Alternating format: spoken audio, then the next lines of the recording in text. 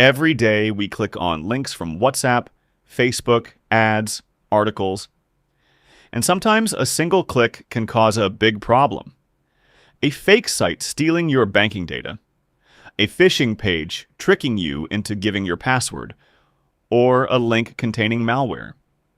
That's why Google introduced a feature called Safe Browsing on Android. This feature basically says, I'm here to protect you, but there's an important point you need to understand clearly.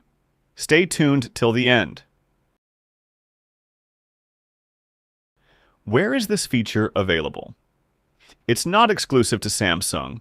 It's available on most Android devices that support Google Play services. Its location and settings varies depending on the phone brand and UI. Samsung, Xiaomi, Oppo, Pixel. On Pixel devices, for example, you'll find it more integrated with Chrome and Play Protect settings.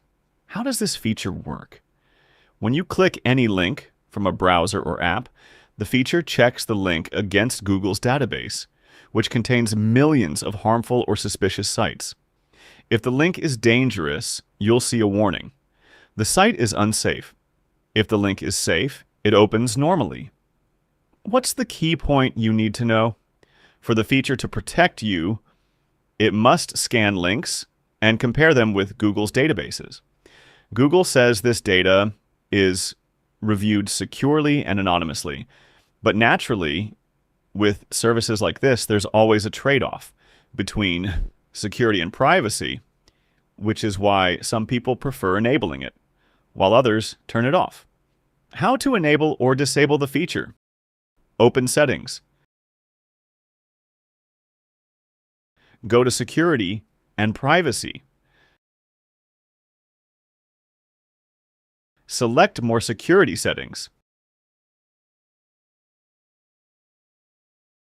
Scroll down to find Safe Browsing on Android.